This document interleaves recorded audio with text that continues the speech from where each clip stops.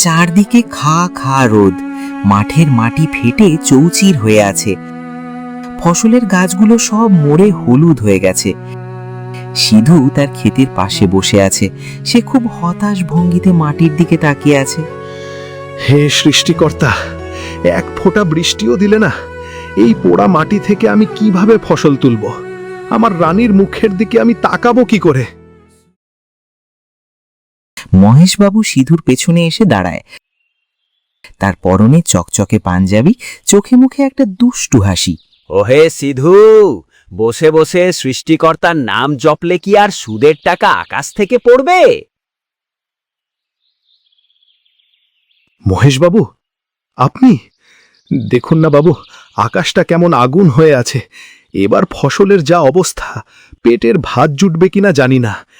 আপনার সুদের টাকাটা। চুপ, একদম চুপ। গত 2 বছর ধরে শুধু অজুহাত শুনছি। বৃষ্টি নেই, বন্যা হলো, ফসল পুড়ল, বলি আমার টাকা কি গাছে ফলে? হ্যাঁ, শোন সিধু, আমার সোজা কথা, কাল সূর্যাস্তের মধ্যে যদি আমার 10,000 টাকা শোধ না করিস, তবে এই জমি আর তোর থাকবে না। দোহাই বাবু, এমন করবেন না। এই এক টুকরো জমি ছাড়া আমার আর কিচ্ছু নেই। ভিটে মাটি কেড়ে নিলে আমি স্ত্রী কন্যা নিয়ে কোথায় দাঁড়াবো? সেটা তোর ভাবনার বিষয়, আমার না। কাল বিকেলে আমি আবার আসব, হয় টাকা দিবি, নয়তো দলিলে সই করবি, মনে থাকে যেন। মহেশবাবু গটগট করে চলে যায়। সিধু মাথায় হাত দিয়ে ধপ করে মাটিতে বসে পড়ে, তার চোখ দিয়ে জল গড়িয়ে পড়ে। সিধু কাঁদছে। এমন সময় তার বন্ধু দেবেন দৌড়ে আসে। দেবেন একটু চঞ্চল প্রকৃতির লোক। আরে সিধু, কিরে ভাই, তুই কাঁদছিস কেন? ওই মহেশ পিশাচটা এসেছিল নাকি? সব শেষ হয়ে গেল দেবেন। কালকের মধ্যে টাকা না দিলে মহেশ আমার জমি কেড়ে নেবে। আমি এখন কি করব রে? আমার যে মরা ছাড়া আর কোনো পথ নেই। মরবি কেন বোকা? শোন, সাহস কর। একটা কথা মনে পড়ল। তুই তো জানিস, গ্রামের সবাই বলে ওই উত্তরের ঘন জঙ্গলের ভেতরে একটা বিশাল প্রাচীন গাছ আছে। ওখানে চল যাই, তাহলে হয়তো একটা উপায় বেরোবে। তুই ওই ভুতুড়ে জঙ্গলের কথা বলছিস? ওখানে তো মানুষ গেলে আর ফিরে আসে না। আরে ধুর, ওসব বুড়োদের গপ্প। আমি শুনেছি ওই প্রাচীন গাছের কোটরে নাকি পুরনো দিনের রাজাদের গুপ্তধন লুকানো আছে। একটা কাঠের দরজাও নাকি আছে গাছে। যদি সত্যি কিছু সোনাদানা পাই, তবে মহেশবাবুর মুখে ছুঁড়ে মারতে পারবি। কিন্তু দেবেন, ওটা খুব বিপদের জায়গা। চোখের সামনে জমি কেড়ে নেবে, সেটা বেশি বিপদের, নাকি জঙ্গলে গিয়ে ভাগ্য পরীক্ষা করা বেশি বিপদের? চল ভাই, আমার মন বলছে আমাদের কপাল খুলবেই। সিধু একবার তার শুকনো জমির দিকে তাকায়, তারপর দেবেনের দিকে তাকায়। তার চোখে মুখে এখন ভয়ের বদলে জেদ দেখা যায়। তুই ঠিকই বলেছিস, জমি আমি ছাড়ব না। চল, কালই যাব ওই জঙ্গলে, যা থাকে কপালে।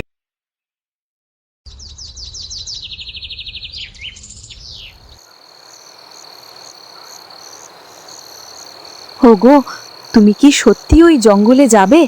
তুমি তো জানো, গ্রামের বুড়োরা বলে ওটা সাধারণ জঙ্গল নয়, ওটা অভিশপ্ত। যারা ওখানে গেছে তারা আর কোনোদিন ফেরেনি।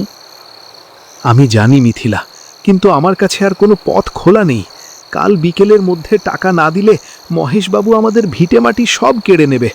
তখন আমরা কোথায় যাব তুমি বলো? রাস্তায় দাঁড়ানোর চেয়ে জঙ্গলের ভয় সহ্য করা 1000 গুণ ভালো। কিন্তু তোমাকে হারালে আমি আর রানী কি নিয়ে বাঁচব? জমির চেয়ে কি তোমার প্রাণের দাম কম? দোহাই তোমার, তুমি যেও না। বোঝার চেষ্টা করো। আমি যদি এখন হাত গুটিয়ে বসে থাকি, তবে না খেয়েই আমাদের মরতে হবে। আমি শুধু আমার জন্য যাচ্ছি না, তোমাদের জন্যই যাচ্ছি। হঠাৎ খাটের উপর থেকে ছোট রানীর গলার আওয়াজ শোনা যায়। সে ঘুম থেকে উঠে চোখ লাল করে এগিয়ে আসে। বাবা, মা, তোমরা ঝগড়া করছো কেন? না রে মা, আমরা ঝগড়া করছি না। আমি একটু কাজে দূরে যাচ্ছি তো, তাই। তা তুমি কোথায় যাচ্ছ বাবা? সেই গহীন জঙ্গলে? আমার বন্ধুরা বলে ওখানে নাকি পরীরা থাকে, আবার রাক্ষসও থাকে। তুমি ভয় পাবে না তো? তোর বাবা কি এত সহজে ভয় পায় রে পাগলি? আমি তো বাঘের চেয়েও সাহসী। তা তোর জন্য কি আনবো বলতো? আমার জন্য একটা জাদুর ফুল এনো, কেমন? এমন ফুল যেটা অন্ধকারে জ্বলে, ঠিক তারার মতো। আমি সেটা জানলায় রাখবো। ঠিক আছে মা, আমি কথা দিচ্ছি আমি ফিরব, আর ফেরার সময় তোর জন্য পৃথিবীর সবচেয়ে সুন্দর জাদুর ফুলটা নিয়ে আসব। তাড়াতাড়ি ফিরে এসো বাবা। রানী আর মিথিলা দরজায় দাঁড়িয়ে থাকে। সিধুর ছায়া অন্ধকারে মিলিয়ে যেতে থাকে। জঙ্গলের ভেতরটা ভীষণ ভুতুড়ে। বিশাল বিশাল গাছের ডালপালা আকাশ ঢেকে রেখেছে, তাই সূর্যের আলো মাটিতে পৌঁছাতে পারছে না।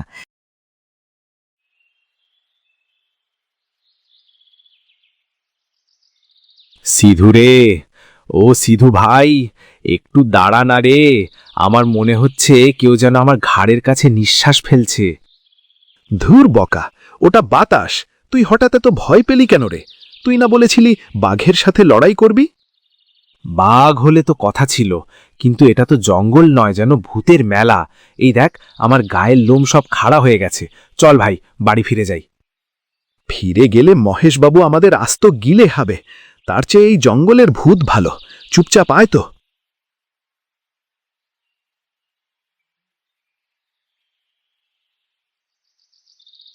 হঠাৎ দেবেনের পায়ে একটা লতাপাতা পেঁচিয়ে যায়। দেবেন ভাবল কেউ তার পা টেনে ধরেছে।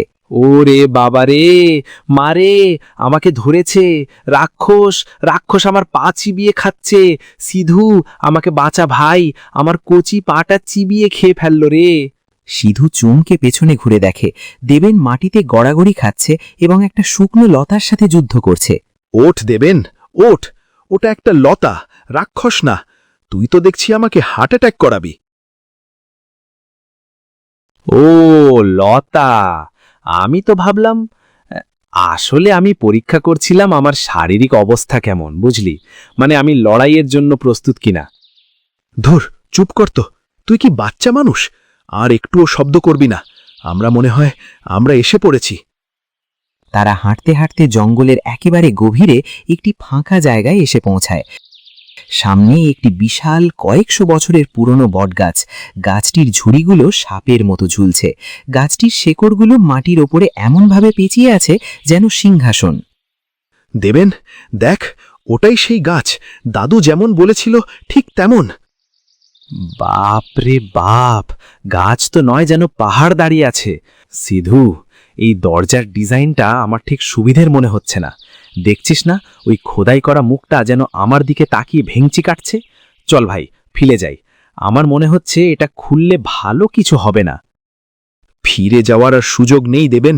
আমার রানীর জাদুর ফুল চাই, আর মহেশবাবুর পাওনা মেটানোর গুপ্তধন চাই। দেখ ভাই, যাই করবি সাবধানে করবি ভাই।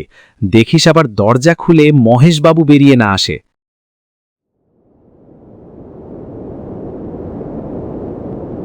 আরে, কোথায় এলাম রে আমরা?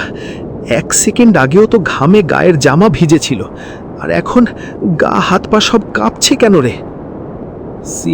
সিধু রে, এটা কি মহেশবাবুর ফ্রিজ, নাকি আমরা মরে গিয়ে স্বর্গে চলে এলাম? না না, এত ঠান্ডা হলে তো এটা নরক। আমার লুঙ্গির নিচ দিয়ে ঠান্ডা বাতাস ঢুকে যে ভেতরের সব জমিয়ে দিচ্ছে রে। বোকার মতো কথা বলিস না। দেখছিস না চারদিকে বরফ, কিন্তু আমাদের গ্রামে তো জীবনেও বরফ পড়েনি। এটা নিশ্চয়ই জাদুর খেলা। ওরে বাবারে, ও সিধু, বাড়ি চল ভাই। আমার গুপ্তধন লাগবে না, শেষে নিউমোনিয়া হয়ে মরব। অদ্ভুত, খুবই অদ্ভুত। এমন পোশাক তো হিমলকে গত 100 বছরেও দেখিনি। তোমরা কি এখানে ফ্যাশন শো করতে এসেছো, নাকি ঠান্ডায় জমে আইসক্রিম হতে চাও? সিধু, কুকুর কথা বলছে। এ তো জাদুর কুকুর রে, নাকি আমি পাগল হয়ে গেছি? আমাকে একটা চড় মারতো ভাই। খবরদার, আমাকে কুকুর বলবে না। আমি হলাম এই এলাকার প্রধান পরামর্শক, মিস্টার ফক্স। আর তোমরা কারা? এই লুঙ্গি আর ফতুয়া পরে এখানে কি করছো শুনি? মিস্টার শিয়াল মশাই, আমরা ভুল করে দরজা দিয়ে ঢুকে পড়েছি। আমরা জানি না এটা কোন জায়গা। আমাদের মাফ করে দিন। মাফ করার আমি কে? তবে তোমাদের সাহস আছে বলতে হবে। এই হাড় হিম করা শীতে খালি পায়ে লুঙ্গি পরে ঘোরাফেরা করা সাধারণ কেউ পারে না। আচ্ছা দাঁড়াও তো, তোমরা কি সূর্য সন্ধানী দল? সূর্য? হ্যাঁ ভাই, আমরা সূর্যই তো খুঁজছি। একটু রোদ হলে বেঁচে যেতাম। এখানে হিটার বা আগুন নেই? ও শিয়াল ভাই, বলছি আমাকে একটা কম্বল ধার দেবে? বড্ড শীত করছে গো। তার মানে তোমরাই সেই ভবিষ্যৎবাণীর মানুষ যারা সূর্যকে উদ্ধার করতে আসবে। কিন্তু তোমাদের দেখে তো মনে হচ্ছে সর্দি কাশিতেই পটল তুলবে। সূর্যকে উদ্ধার? আমরা তো কিছুই বুঝতে পারছি না। আমরা শুধু বাড়ি ফিরতে চাই। বাড়ি ফিরতে চাও মানে? দরজা তো বন্ধ হয়ে গেছে। ওটা খোলার চাবি বা উপায় সবই এখন সেই জাদুকরের হাতে। আর সূর্য না ফিরলে এই দরজার কোনো দিন খুলবে না। সিধু রে, আমরা ফেসে গেছি রে ভাই। এ তো মহেশ বাবুর চেয়েও বড় বিপদ। এই একটা কথা বলা শিয়াল, আবার এখন শুনছি আরেকটা নাকি জাদুকর আছে।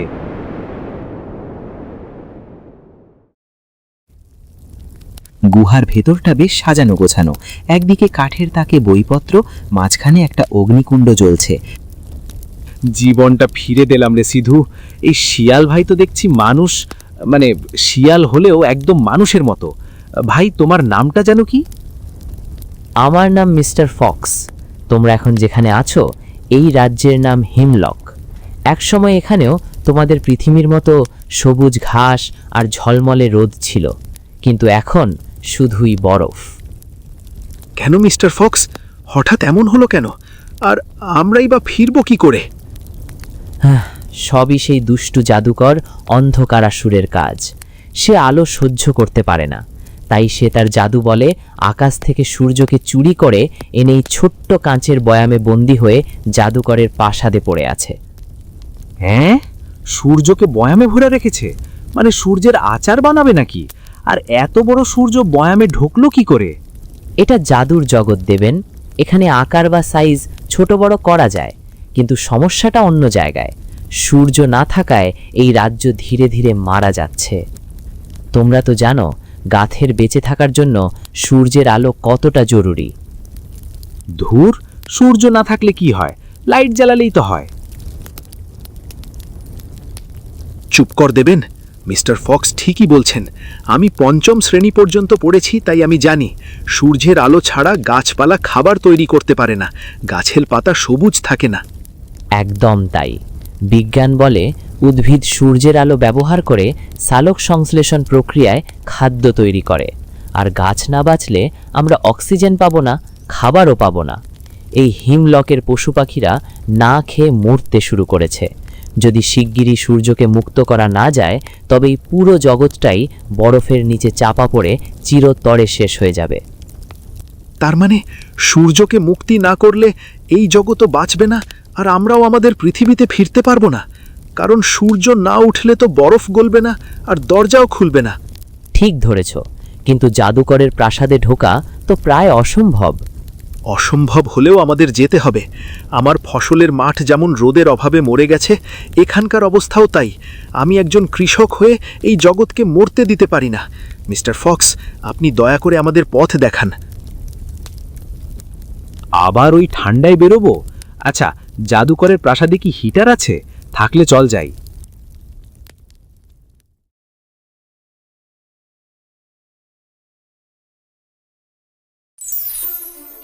কে ওখানে?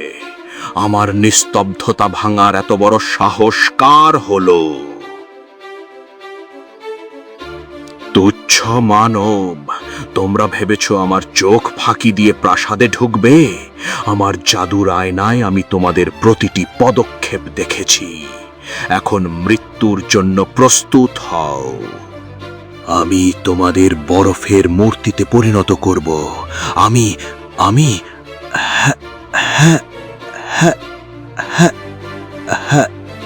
হঠাৎ জাদুকরের চোখ কুঁচকে যায়। সে তার ভয়ঙ্কর ভঙ্গি ধরে রাখতে পারছে না। তার নাক সুরসুর করছে।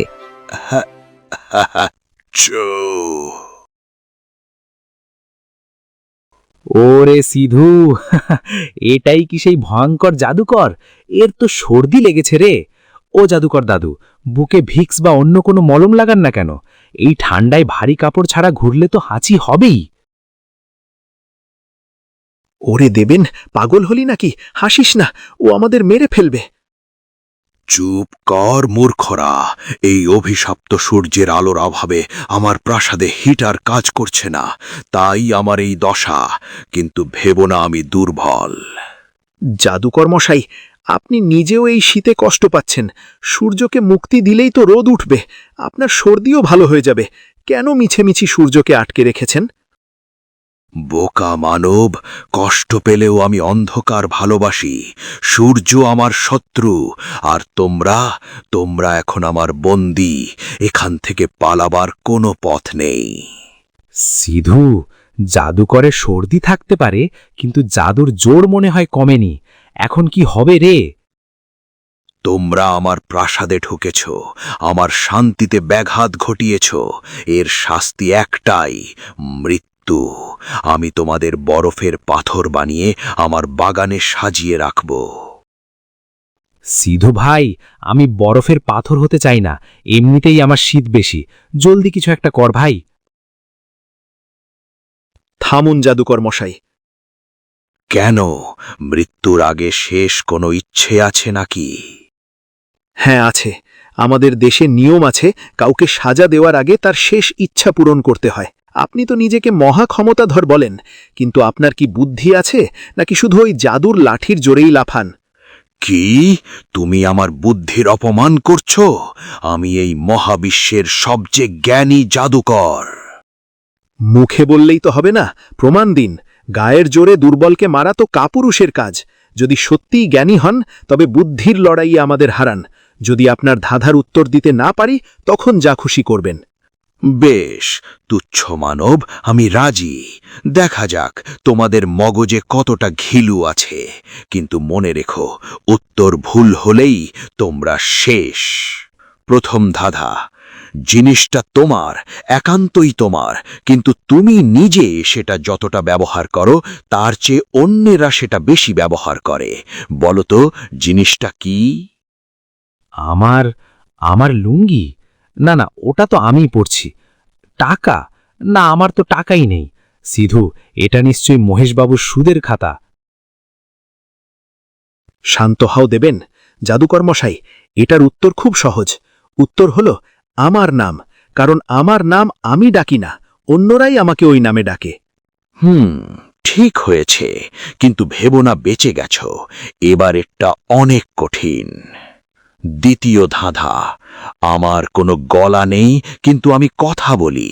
আমার কোনো ডানা নেই, কিন্তু আমি বাতাসের আগে উড়ি। আমি কান্নার শব্দ শুনি, কিন্তু আমার কান নেই। আমি কে? এটাও বুঝতে পেরেছি। উত্তর হল প্রতিধ্বনি। অসম্ভব, এটা অসম্ভব। একজন সাধারণ চাষা কি করে আমার জাদুকরি ধাঁধার উত্তর দিচ্ছে? জাদুকর মশাই, আমি চাষা হতে পারি, কিন্তু একদম মূর্খ নই। আমি পঞ্চম শ্রেণী পর্যন্ত পড়েছি। শক্তি দিয়ে শরীর বাঁকানো যায়, কিন্তু পৃথিবী চলে বুদ্ধির জোরে। আপনার জাদুর লাঠি হয়তো ভেঙে ফেলা যাবে, কিন্তু আপনার জ্ঞান কেউ কখনো কেড়ে নিতে পারবে না। এটাই মানুষের আসল শক্তি। শুনলেন তো জাদুকর মশাই, এবার দয়া করে আমাদের ছেড়ে দিন। চুপ করো, আমি হার মানিনি। এখনো আসল খেলা বাকি।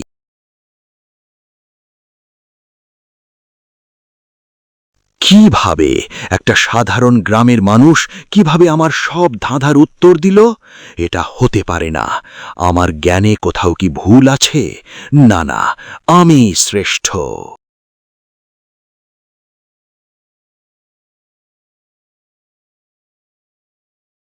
সিধু, ও সিধু, ওই দেখ, ওটাই কি আমাদের সূর্য মামা নাকি?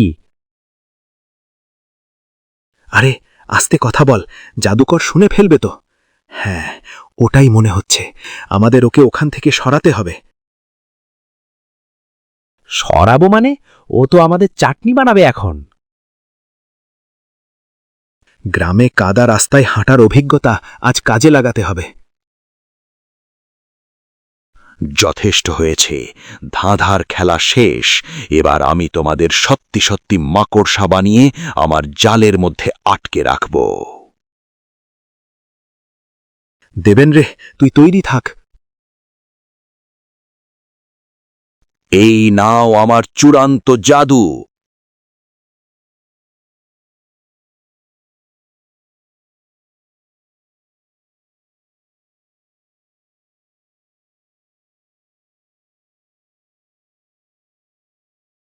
উফ উফ, গরম গরম। সিধু, সূর্য যে খুব গরম রে ভাই, হাত পুড়ে গেল। ফেলে দিস না গাধা, গামছা দিয়ে ধর। আমাদের এখনই পালাতে হবে। জাদুকর ওঠার আগেই দরজা দিয়ে বেরোতে হবে। সিধু, সামনে তো আর রাস্তা নেই, আবার নিচে পড়লে তো মরে ভূত হয়ে যাব। এখন কি হবে রে? এবার পালাবে কোথায় ইঁদুরের বাচ্চারা? আমার সূর্য আমাকে ফেরত দাও, নইলে এক্ষুনি তোমাদের পুড়িয়ে ভস্য করে দেব। দেবেন রে, আমাদের আর পালানোর পথ নেই। যা করার এখনই করতে হবে। দাও, ওটা আমাকে দাও, ওটা আমার সম্পত্তি। না, এই সূর্য কারো একার সম্পত্তি নয়। সূর্যের আলো সবার জন্য। আলো না, আমার চোখ জ্বলে যাচ্ছে। বন্ধ করো এই আলো, বন্ধ করো। আমি ফিরব, অন্ধকার আবার আসবে। যাক, অবশেষে আমরা জিতে গেছি রে সিধু। রোদ উঠেছে।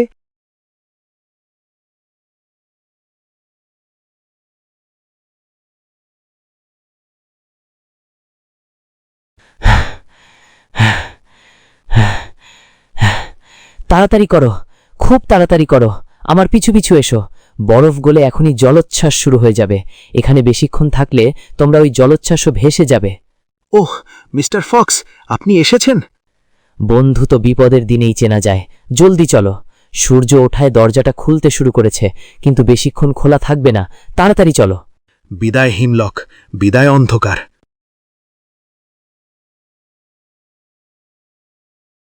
আহ, গরম মাটি, মিষ্টি রোদ।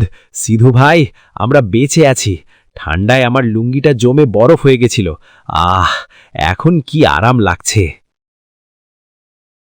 কিন্তু দেবেন, আমরা তো কোনো হিরে মানিক আনতে পারলাম না। মহেশবাবুকে কি দেব? আর আমার জমিটা?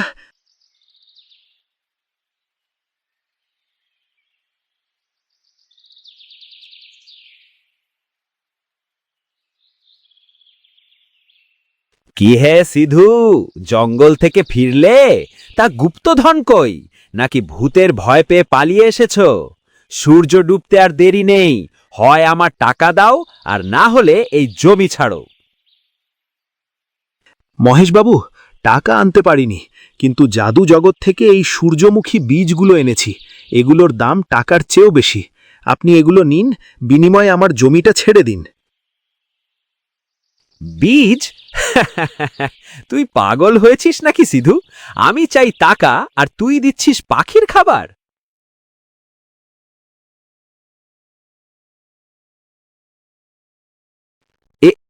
এগুলো কি রে? এমন জিনিস তো আমি আগে কোনোদিনও দেখিনি। এগুলো তো সত্যিকারের সোনার ফসল। কি বাবু, পাখির খাবার বলছিলেন না? এখন তো দেখছি নিজের চোখ সরাতেই পারছেন না। সিধু ভাই, মানে সিধু বাবু, আচ্ছা ঠিক আছে ঠিক আছে, এই ফলগুলো সব আমার। তোমার ঋণ শোধ। জমি তোমারই থাকলো। আমি আর কোনোদিন তোমাকে জ্বালাতে আসব না। বাবা, তুমি ফিরেছো? হ্যাঁ রে মা, আমি ফিরেছি। লোভ আর অন্ধকারের শক্তি যতই বড় হোক না কেন, সাহস আর সততার আলো তাকে হারাবেই। আর সেই রহস্যময় দরজা, সেটা হয়তো আবার কোনোদিন খুলবে, অন্য কোনো সাহসের গল্প শোনাতে।